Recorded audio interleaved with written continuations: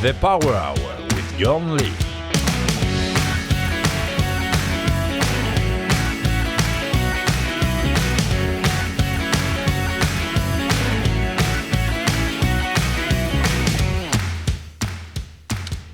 Welcome back to the Power Hour with your host, the wonderful and delicious John Lee. And yes, that is me. Today we're going to talk about surprising relatives. Now, we've all heard the expression the black sheep of the family. Some of us have black sheep in our family. Actually, I think it's just sheep. We have black sheep in our family. And some of us are the black sheep in our family. Or maybe all the other sheep are black. And you just don't know that. So, there's a philosophical question to begin with. Now, we're going to be looking at famous people. And their surprising relatives. Because, you know, when we see reports and programs and documentaries about famous people, they're often what we call puff pieces, you know. We're presented with the best possible image of the people that we are supposed to idolise. That being rock stars, politicians, anybody really that's famous.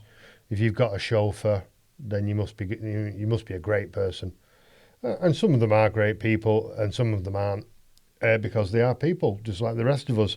But they happen to be famous, and that means a lot of their personal information is in the public domain. So we're going to ruthlessly exploit that now, talking about some of, as I say, the surprising and sometimes controversial relatives of famous people. I've got a bit of a spectrum today, some political, some from the entertainment world, even got a bit of sport. And not all from the same country either, which is nice. So we're going to begin with Joe Kennedy. Now, there is a Joe Kennedy active in the political world now in America. He's like an American Prince Harry, really. Born into privilege.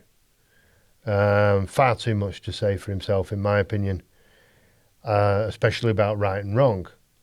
You know, I mean, if I was brought up in a palace with the servants and bodyguards all over the place, no problems and no dangers, then I might have some really clear ideas about right and wrong as well. But hopefully I would have the good sense to shut my mouth and not go on about it as much as Prince Harry does and as much as Joe Kennedy does. But I'm talking about the original Joe Kennedy, the father of John F. Kennedy. And why is he on my list of surprising relatives? Well, if you read his Wikipedia page or whatever publicity you like to go to, you'll see that he was the ambassador, the American ambassador to England or the UK at one point.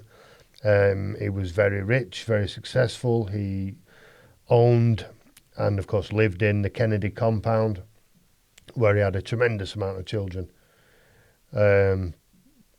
There was an older brother, older than John, that was a war hero and died. There's several sisters. One was lobotomized. Another one married a famous actor, Peter Lawford, I think it was called. But yeah, there are many Kennedys, and they all lived on the Kennedy compound. And most of the brothers went into politics. One of them died, so he couldn't. But Joe Kennedy, apart from being involved in politics and business, his nickname was Bootlegger Joe. Now, if you don't know what a bootlegger is a person that sold alcohol during Prohibition. So as we know, in the 1920s, alcohol was prohibited in the United States.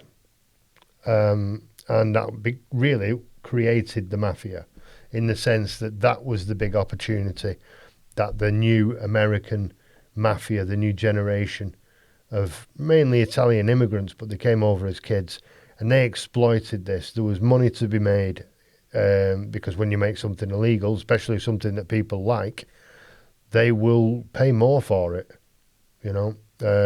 We see this in the television series Boardwalk Empire. It gives a good perspective on this period of time. And Joe Kennedy is alleged, so I'm starting with him because it's only alleged, that he was a bootlegger, hence the nickname Bootlegger Joe. But he was a high-level, sophisticated bootlegger. He wasn't, according to those who say he was a bootlegger, he didn't hang out the back of a car with a Tommy gun shooting up the streets of Chicago. He was more, aristocratic than that. He didn't get his hands dirty, but he made a lot of money. But what is definitely true is that he had a lot of contacts in the mafia. And people make the natural connection. Well, how? If his life story is as it's often presented, and he had no contact with criminality at all, how did he know so many members of the mafia? And he did, and that's not disputed that he did. Even in there's a television miniseries called The Kennedys, and it's showing the Kennedys in the nicest possible light. The best possible way of viewing the Kennedys is that miniseries. And even in that miniseries, Joe Kennedy is shown to know the mafia. And what is a historical fact is that with the assistance of Frank Sinatra, Joe Kennedy went to see a man called Sam Giancana. And at this point, this was in the 50s, late 50s, because Kennedy was running for president against Nixon, which he won in 1960, became the president with the smallest margin in history. I don't know if it's still the smallest margin now, but it certainly was then. And it was looking very difficult for John F. Kennedy to win the election because nobody knew who he was. Nixon was already famous, backed by the Bush family, which we can talk about another time on the Power Hour. Backed by Prescott Bush, the father of George H.W. Bush and the grandfather of George W. Bush. Anyway, so they needed help, the Kennedys, to get John F. Kennedy into the White House.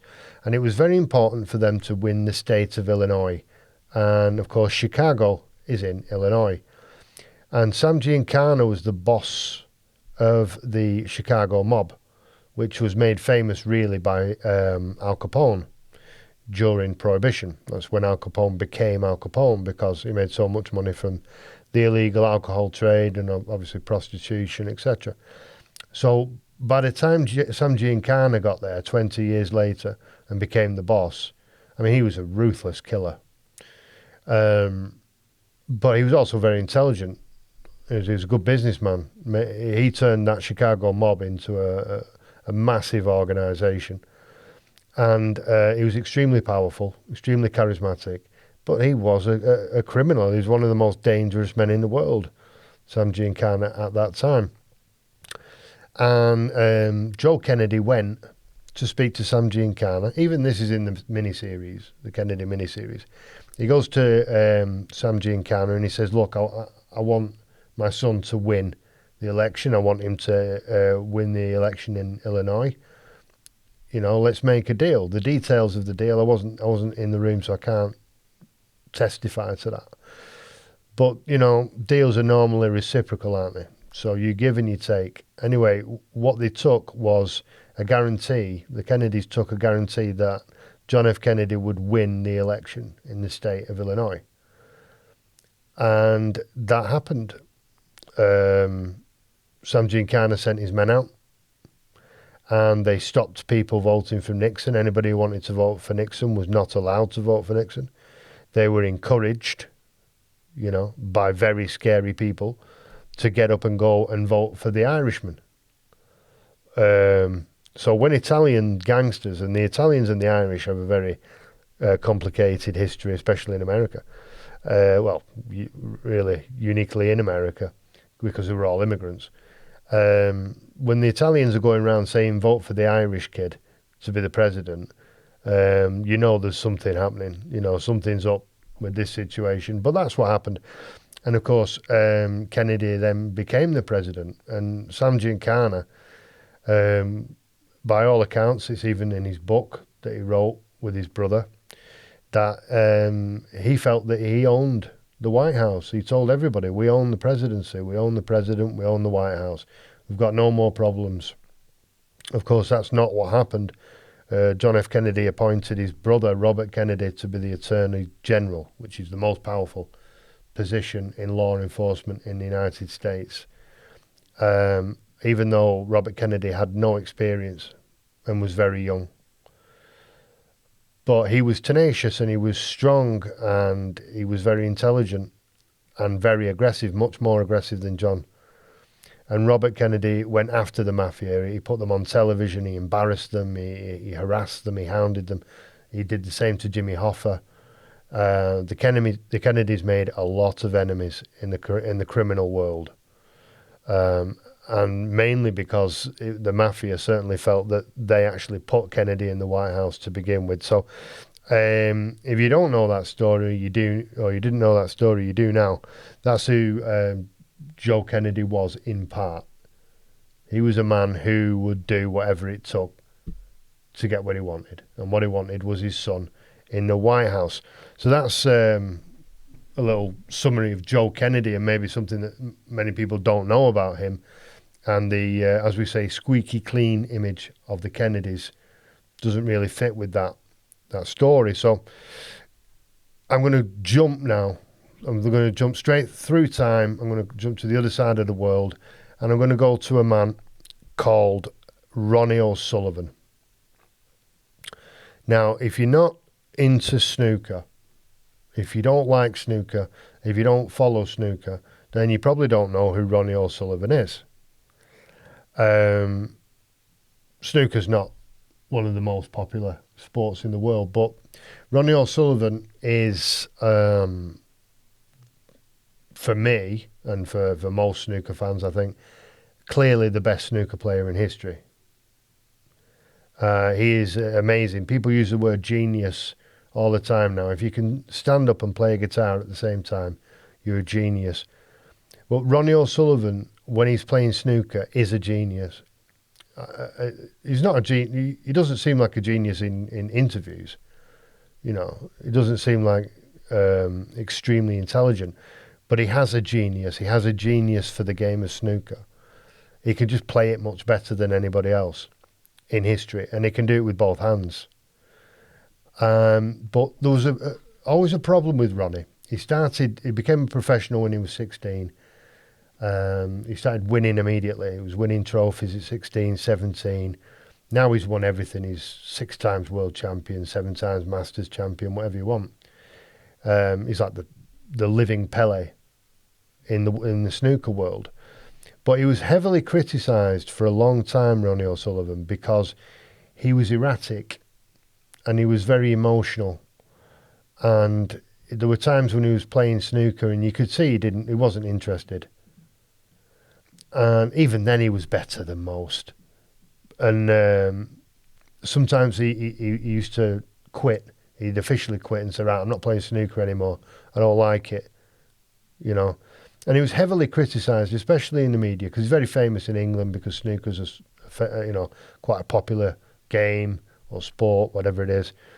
So everyone knows who Ronnie O'Sullivan is. And he was crucified, really, by the media for his attitude. Look at this kid here, he's got all this money, all this success, and he's behaving like this. And, you know, some people have to work for a living, not play snooker and get big money every time you win a game. And so they were actually very aggressive with him, much like they were with Amy Winehouse.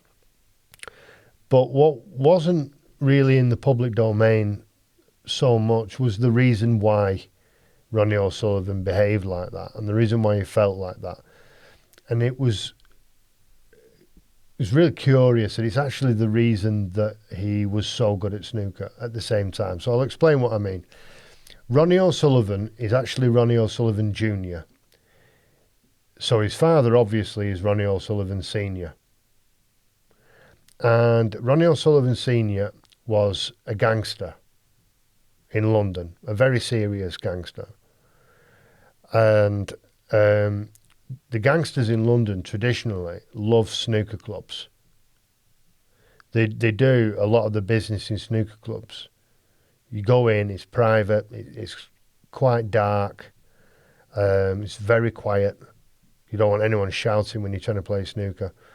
So it's a good place to meet and do deals, and they're privately owned. And so, the criminal fraternity in London particularly does favour snooker clubs to do their business. And so Ronnie O'Sullivan Sr. was always going to these snooker clubs. He was in there every day, doing a deal, having a meeting, making a threat, making a plan. And he was very close to his son, Ronnie Jr. And he used to take his son into these snooker clubs and just say, "Go on, Ronnie," or "Go on, son," whatever he called him, "go and have a game of snooker." And then he'd talk to his criminal compadres, And it quickly became apparent that Ronnie O'Sullivan Jr. had an incredible talent for snooker. They didn't really notice at first, but then they just kept hearing the sound of dink, the balls going in the pockets, and one after another and one after another, and they started watching him, and they thought, "Oh my God, this kid's amazing." And he was so good that by the time he was 11 years old, he was being interviewed on the television because he was destroying adult professional snooker players. And then he turned pro when he was 16 and became a worldwide sensation. And what I find really interesting about that is that you could look at that as a very sad story. He's close to his father, he grows up with his father, then his father commits a murder, and this is what happened. He killed the driver and bodyguard, it's one person, driver bodyguard, of Charlie Cray, who's the older brother of the Cray twins, world famous. There's a film called Legend, in which Tom Hardy plays both twins, Ronnie and Reggie Cray. And their older brother, Charlie Cray, had a bodyguard and a driver. This is a high-profile criminal in London. And Ronnie O'Sullivan Sr. killed him. He executed him in gangland execution. And so he went to prison. And he was given a life sentence and he went to prison. And that's why Ronnie O'Sullivan was going through all these emotional moments and having all this turmoil in his life, because his dad was doing life for murder. And nobody realised that at the time. And they were very cruel to him. You've got to remember, this guy turned pro when he was 16. So when he was 21, 22, he'd been in the game for years. He was famous. But he was only a kid.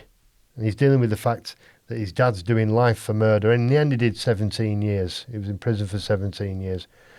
But I think for me, the unexpected and very unusual bright side of all this is that if his father had not been a criminal, he would never have taken him to the snooker clubs every day. And Ronnie O'Sullivan Jr. would have never discovered his talent, and the world would have been robbed of the best snooker player that we've ever seen. So that's a bittersweet story there of the O'Sullivans. So leaving sport for a while, at least, we'll go across to music. Go to the music world. I've got a couple of great examples for you here. First, we'll start with Captain Norval Marley. Now, you hear the name Marley. I've already mentioned music. Bob Marley.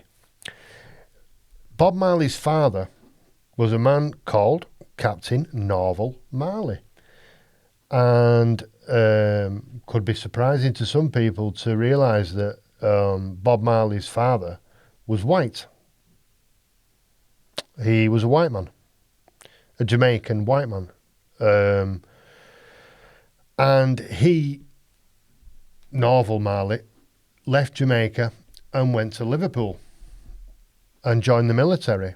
And he did very well. Obviously, he became a captain. And so this was during the time as well of the British Empire. The British Empire was still very powerful at this time, when Norval Marley was a captain in the British military. And so obviously that would promote the idea that he was certainly, prepared for war. He was a captain in the military. And he went back to Jamaica when he was 60 years old.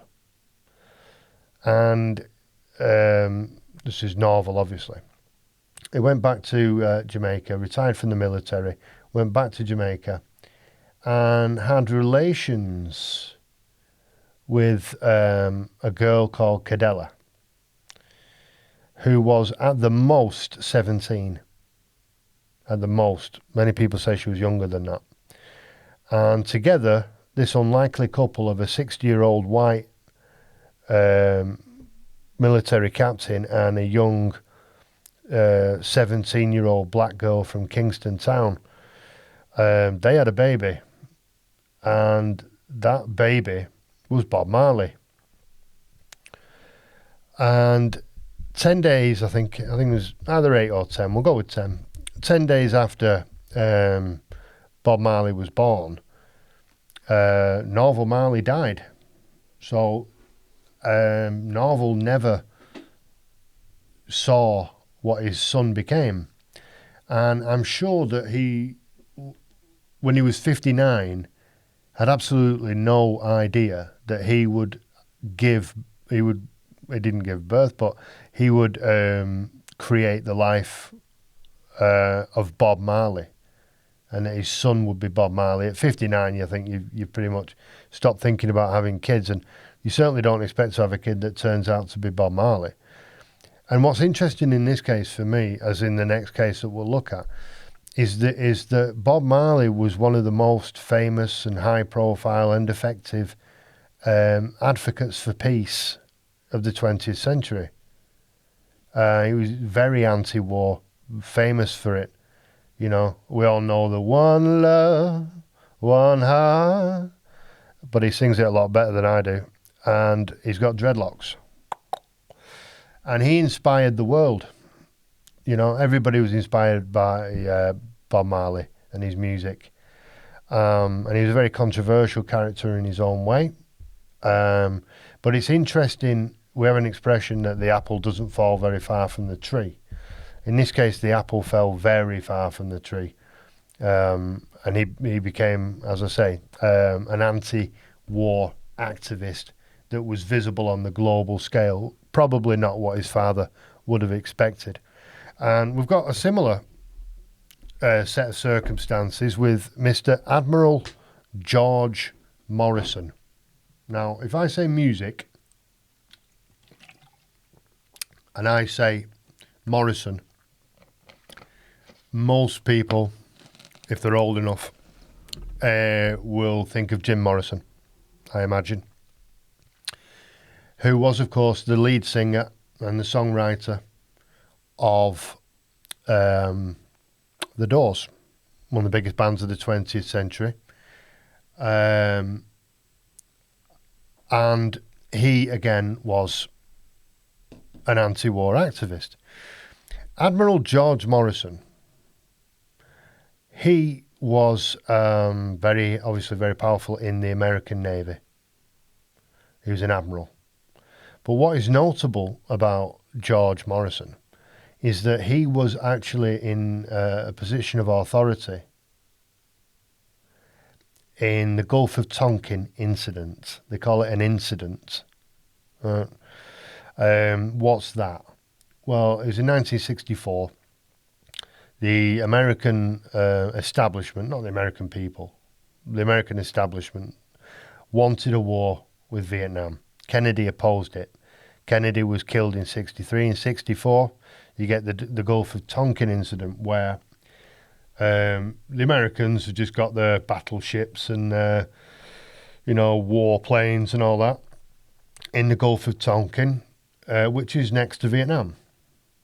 And they're just apparently there, just relaxing, all right, Vietnam. And suddenly, the Vietnamese decided to attack the United States of America. They decided to attack their massive warships. And of course, at the time when this happened, people said, what? Vietnam has just attacked America. I mean, you're just guaranteeing your own oblivion, aren't you, if you do that, especially if you're Vietnam. Most people at that time couldn't find Vietnam on a map. But of course, they had to generate public support for the war because you're not just, in this case, asking for volunteers. You're actually you're actually sending people by law to Vietnam. Go and kill people in Vietnam, and if you don't, we're going to put you in prison and do everything we can to destroy your life. And that's what happened.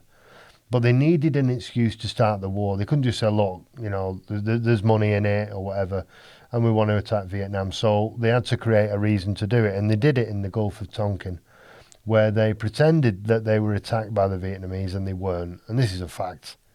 There's plenty of interviews you can go and watch where there are American soldiers, military men that were there at the time, who were in the Gulf of Tonkin at the time, who were on the ships that were apparently attacked, and they fully admit it. They laugh about it. In fact, there's one guy in my mind who I've seen interviewed laughing about it.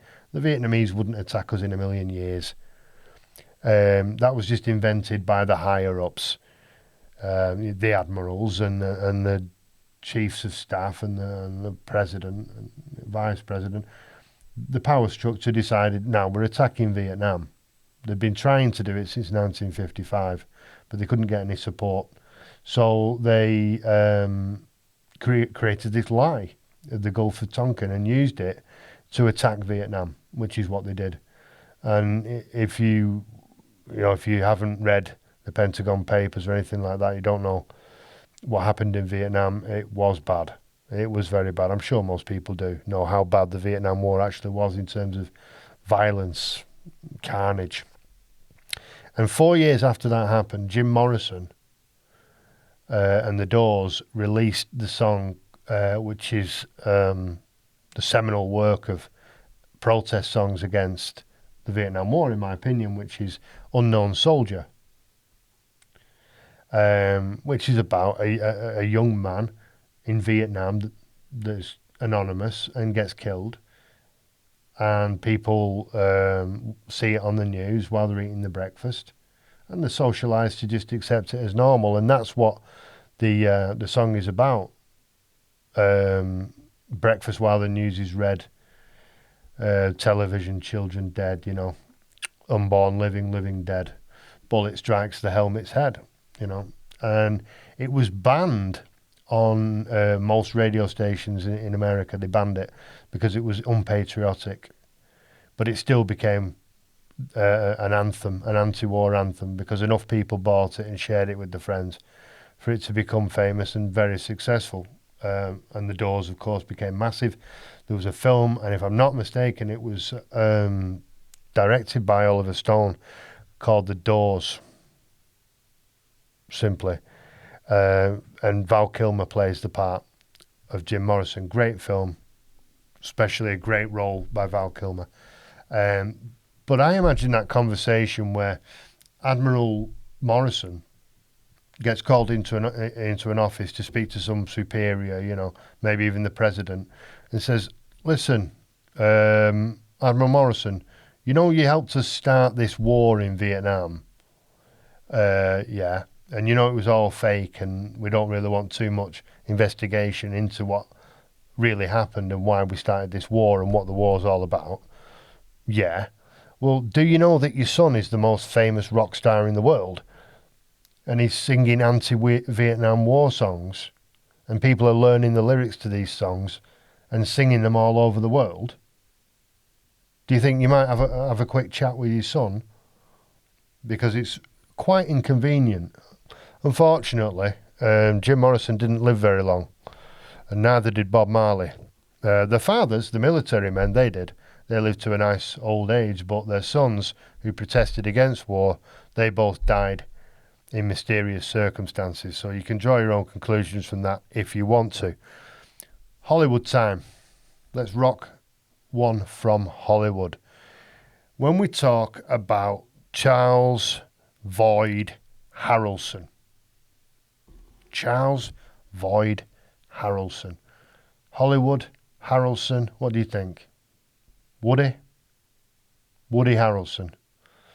Yes, Woody Harrelson is the son of Charles Void Harrison. We'll just call him Charles Harrison from now on. Well, what's the significance of that? Well, who's Charles Harrison? Charles Harrison was a hitman. He was a professional assassin. Did lots of jobs for the mafia. He wasn't Italian, obviously, but he was a hitman. And he was paid by the mafia many times to take out particular targets, which he did. And in fact, he at one point confessed to the assassination of John F. Kennedy because he assassinated a judge. He was hired to kill a judge. This is Charles Harrison. He was hired to kill a judge.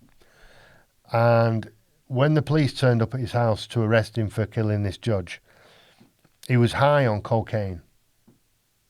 And he was probably getting the good quality cocaine, being a hitman working with the mafia. I'm sure he had the right contacts. So he's on this, primo cocaine when the police arrive, and they start quizzing him, questioning him, interviewing him. Well, killing judges and all that. What are you doing? And during this questioning, he not only confessed to killing the judge, he confessed to killing Kennedy. And he said he was part of a team that was hired to kill Kennedy. Now, remember, this is a professional hitman who is hired all the time to kill high-profile targets, like judges. So the idea that he was part of a conspiracy to kill the president and he was hired to do it was perfectly reasonable.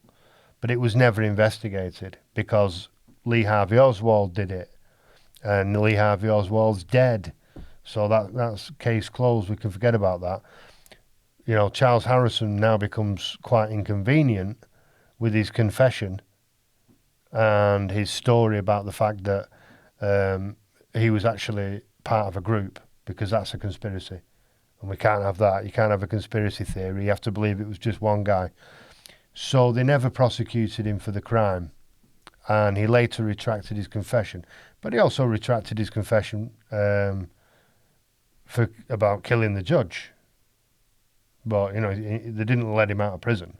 He stayed in prison for the rest of his life, died in prison. He got 2 life sentences, actually, for killing the judge.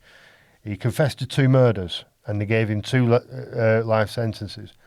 But they were both for killing the judge, not for killing Kennedy. And his son, Charles's son, was Woody. And Woody Harrelson began his career in Cheers he became famous at least, on the programme, the sitcom called Cheers, which was set in Boston, and it was an 80s comedy in a bar. And Woody was a barman, and he was very nice, but a bit stupid. And that was his character, Woody, the nicest guy in the world. But Oliver Stone, again, comes into the picture, and he must have seen something in Woody Harrelson, because he cast him in the role of a lifetime. Another one of the films written and directed by Oliver Stone was Natural Born Killers. And the star of that was Woody Harrelson. And Woody Harrelson in that film played the part of an absolute psychopath. He was a natural born killer. He was a man who could kill people with no compunction, no regret. Yeah, just give me a name. I'll kill him, I don't care.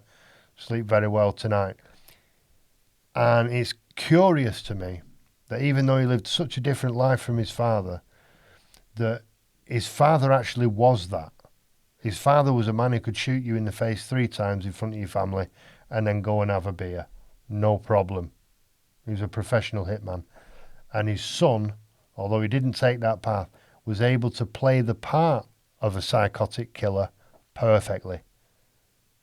Perfectly. If you watch the film Natural Born Killers, I've only watched it once because it's that kind of film that stays with you for the rest of your life when you watch it. You don't need to watch it twice. And Woody Harrelson, I don't know if he's got some kind of genetic traits from his father that he chooses to ignore, but he is very believable as a psychotic killer, and his father was one. So that's an interesting family member for an actor to have as well. We're going to go back now to politics, back to America. Well, we're in America anyway, aren't we? We only went to England briefly for Ronnie O'Sullivan, but back to America, back to presidents. I like talking about American presidents because I could talk about every single one of them. I don't care about political parties or anything like that. Democrat, Republican, I really don't care.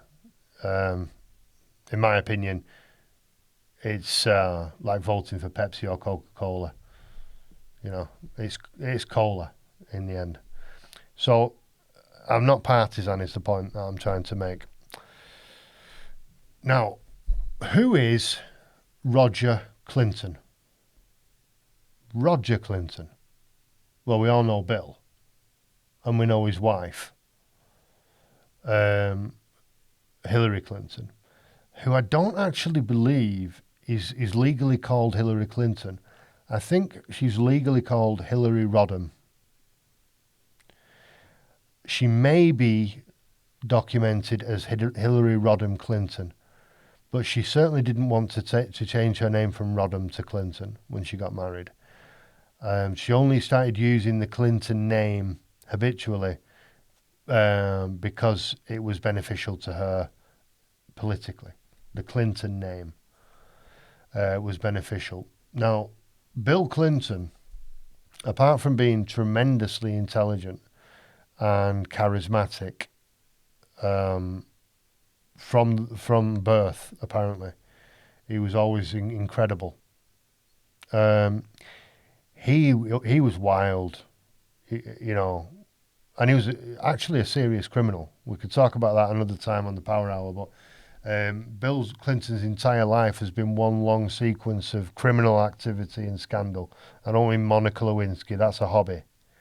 I'm talking serious criminal activity.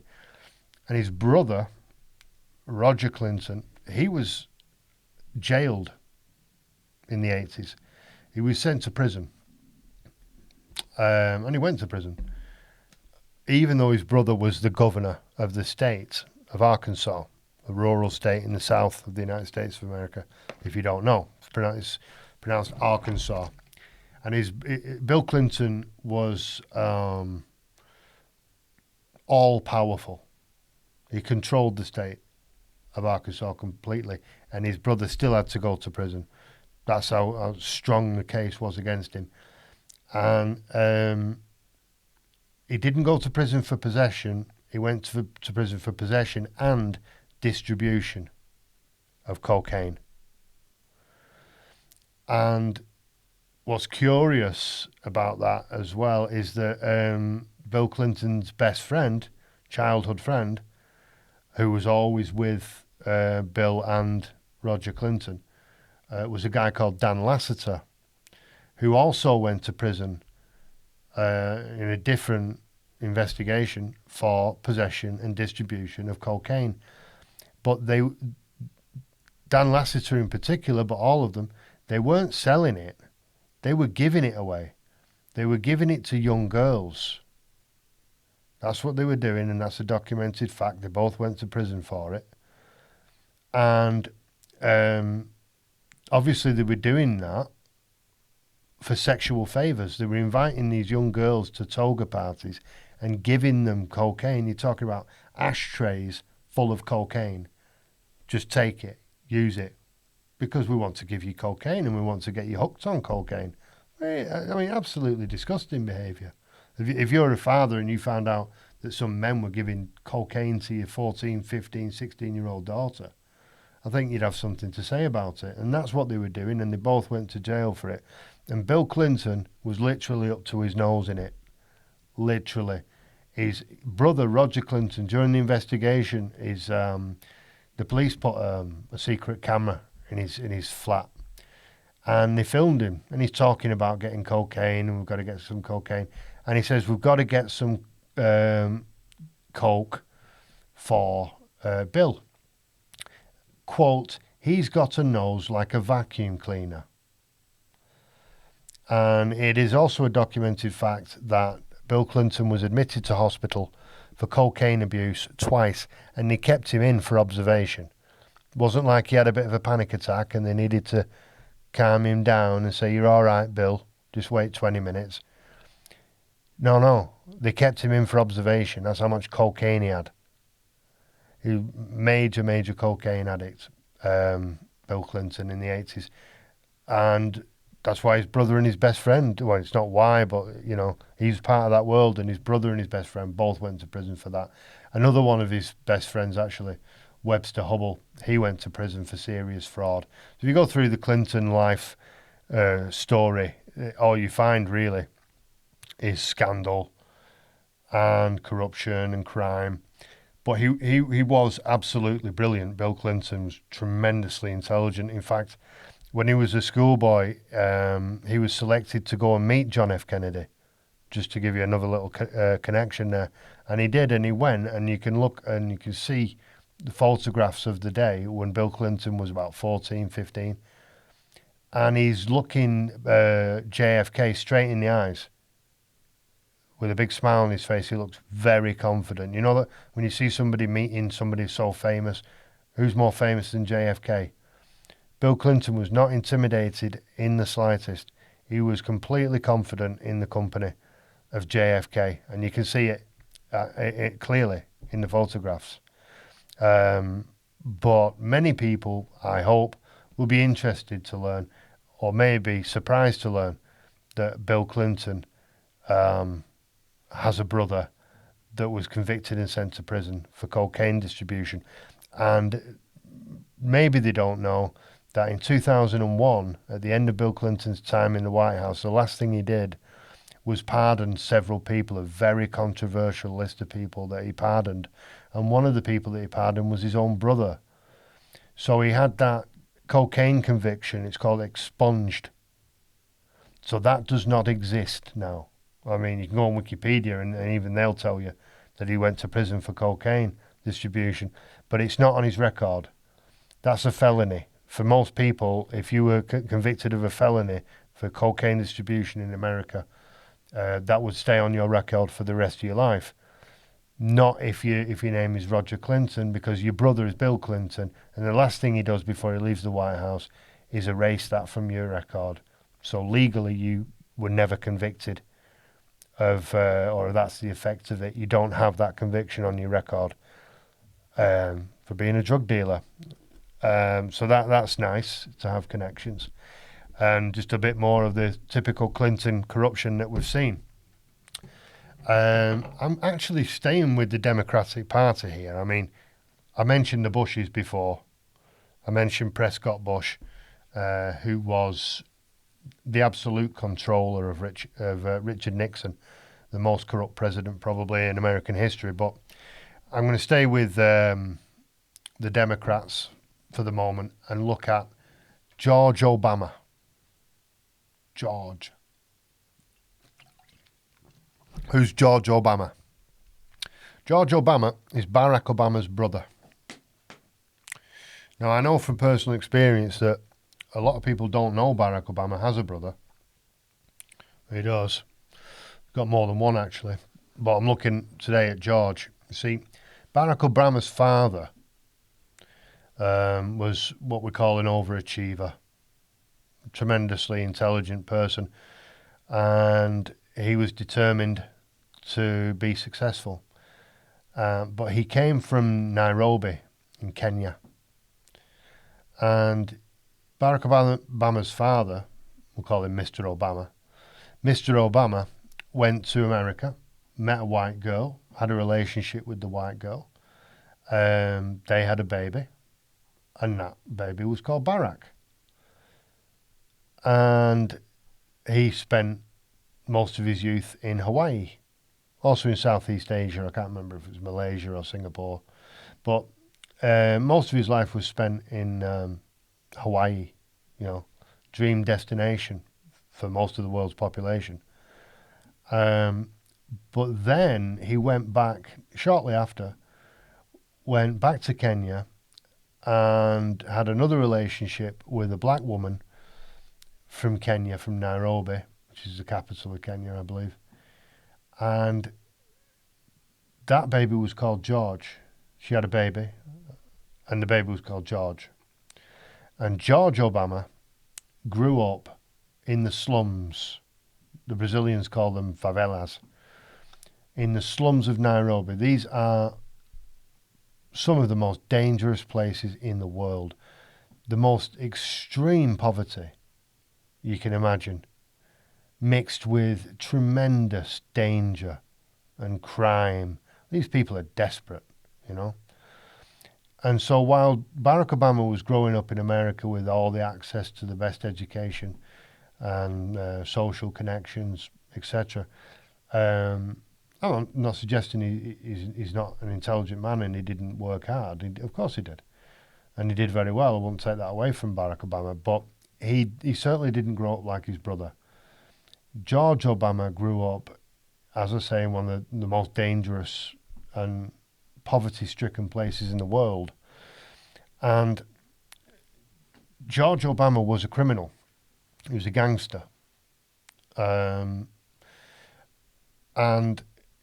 he was in prison for a while. He's done some time in prison, and he was very dangerous. He used to rob other prisoners in prison. I'm assuming with a knife because he's skinny like that. If he tried to rob me, I'd just smack him.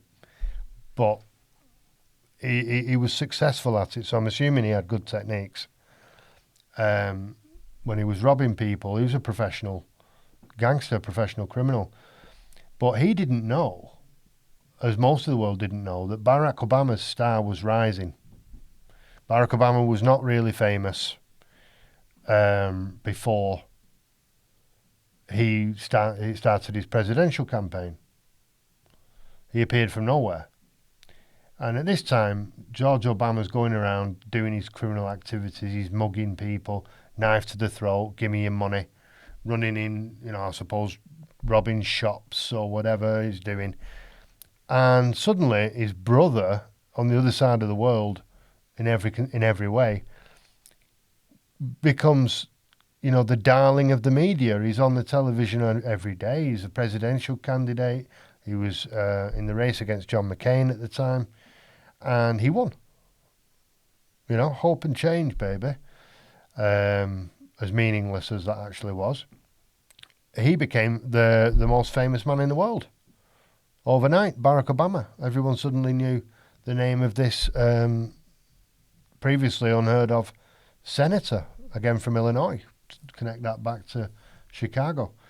And that meant that George Obama, who looks very similar to Barack Obama, is clearly his brother, he's just darker, because both his parents are black. He was suddenly the most famous face in Kenya. So if you're trying to mug people and commit crimes all the time, but everybody knows who you are, it becomes very difficult. And so he had to stop his criminal life. And he immediately became a community leader. Strange and rapid transition, because people in the slum, assumed, well, he must be clever. It must be in the genes. Genetics dictate that if his brother's the president of the United States, then he can't be stupid, which he's not. He's actually very intelligent, George Obama. And so people started going to him for, advice and intervention and mediation. And he became like the unofficial mayor, if you will, of the slum, the mayor of the slum. And there was one serious problem with that, which is that George Obama is a chronic alcoholic who drinks this kind of Kenyan vodka all day, every day. And the poor guy's only got one T-shirt. I've seen him on many occasions, many interviews, and he's always wearing the same T-shirt. There's a documentary where they followed him for a period of time, and he was wearing a Chelsea Football Club T-shirt every day, even though he's being filmed. So I had to conclude he's only got one T-shirt, and he's drinking this vodka all day and playing different games like Scrabble and cards, and then people will come and ask for his advice and all that. And obviously it's very interesting that you take two babies and they've got the same father, and you put one in Hawaii and you put one in Nairobi and see what happens. And they're both intelligent men, but just in totally different circumstances. And an interesting, but for me, tragic tale is Barack Obama's visit to Kenya. We all know the public image of Barack Obama, you know, whether you like him or whether you don't. I don't. I don't like politicians in general, and he's a great politician, which makes me like him even less. So he went to Kenya, and he was to give a speech about humanitarianism. Typical Barack Obama. You know, we have to do all the good things and not do the bad things. All right, Barack. So he's kind of obligated now, Barack Obama, because he's the president at this point and his father's from Kenya and all that. He's obligated, really, but in the court of public opinion, to go to visit his brother. So at this point, Johnny, give me the video, mate. Barack Obama has written and spoken about his relationship with his Kenyan father and his family there, but little has been said about one of the candidate's closest relatives who lives in a Nairobi slum. CNN's David McKenzie sat down with him in his first television interview. Barack Obama's memoirs have inspired many in Kenya.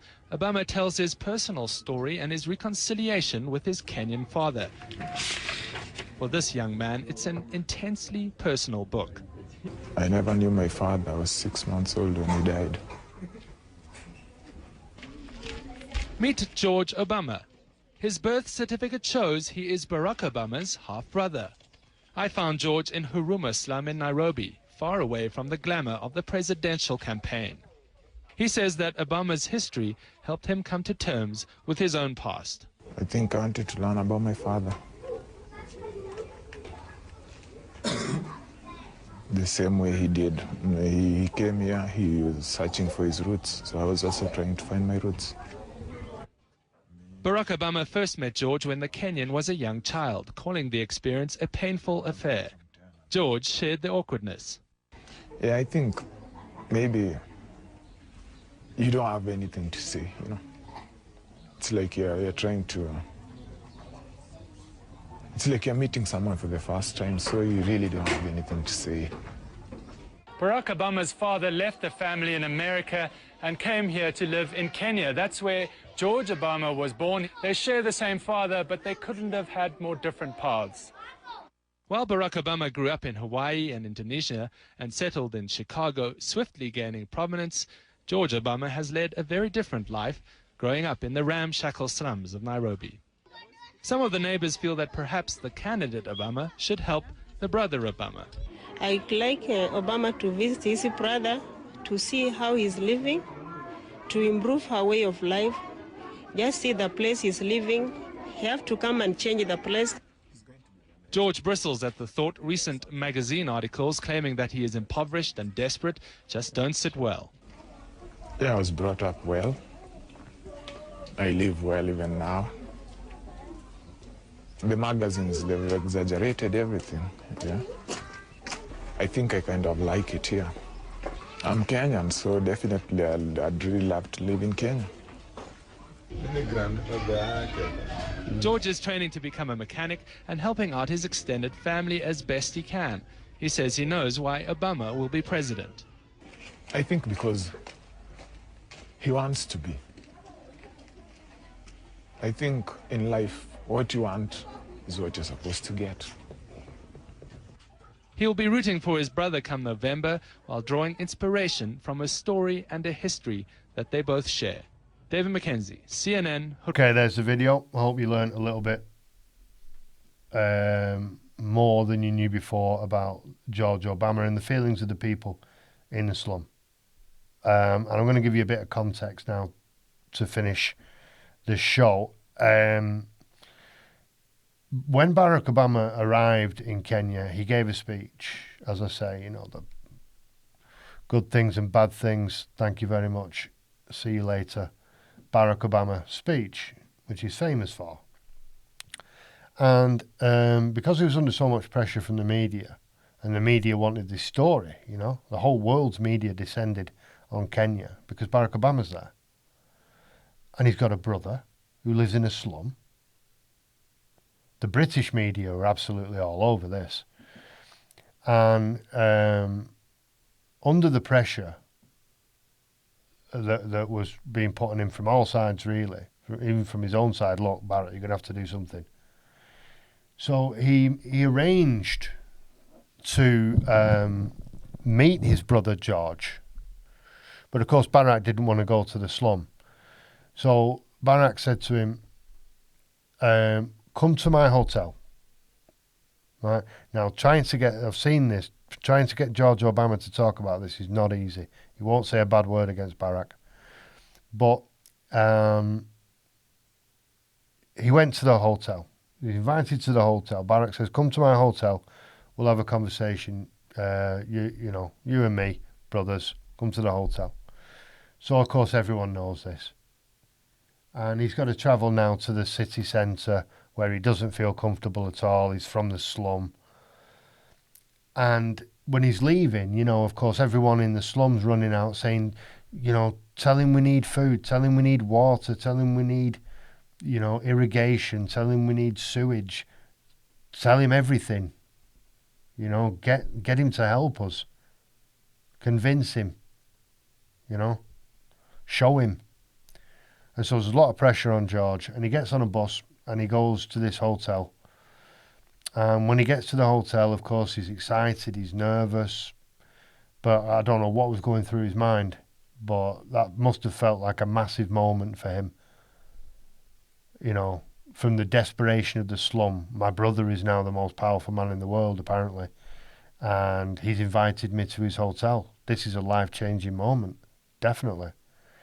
And he gets to the hotel, and he goes to the security staff, and he says, hello, I'm George Obama, and I'm here to speak to my brother Barack. I've got an appointment, And they make a quick call, and they come back to him, and they say, sorry, the president's busy. End of. And George had to turn round, get on the bus, and go back to the slum. And of course, he gets back to the slum, and they're all running out of the houses. They're not really houses. They're all running out into the street, which is not really a street, saying, what did he say? What did he say? What's he going to do? Is he going to build houses? Is he going to build a hospital? Tell us all the wonderful things that the brilliant and kind, and generous Barack Obama is going to do to help us here in this slum. And George had to say he was busy. And what that did to George Obama's reputation in the slum, I don't know, or the way that he was seen or treated in the slum, I don't know. But the devastation and the embarrassment of having to go back there and say he wouldn't even see me must have been horrible. And the disappointment, all the possibilities that were going through his mind while he's travelling into that hotel. And I've seen him being interviewed about it, and he doesn't want to talk about it because he would have to say something bad about his brother, and he doesn't want to do that. But Barack Obama, after that, he got on a plane, I'm sure in quite delicious circumstances, and he flew back to the United States of America, went back to the White House, back to the Oval Office, and never contacted his brother again. Never helped the people in the slum in any way, shape or form. And I've never heard him mention Kenya in that context or his brother. And he's not the president now. He is a multi-millionaire who owns a massive piece of land in Martha's Vineyard, which is one of the most expensive places in the world to live. I mean, okay, Barack. I mean, you're not being the president now. Can you not help your brother? Do something for your brother, maybe? No, too busy on a boat with Richard Branson. So that's the story of George Obama, the surprising brother of Barack. And I invite you to watch the documentary. It is on YouTube, George Obama documentary. It'll be suppressed. The algorithm will suppress it. So you'll have to scroll down probably to find it. But it's there. It's about 45 minutes long. And it'll give you a real clear view of the life of George Obama. And you can obviously draw your own conclusions from that. That's all we've got time for today on the Power Hour. Fabian, can we get the groovy music, please? And we'll see you guys back here in the very near future. Power Hour people, say yes.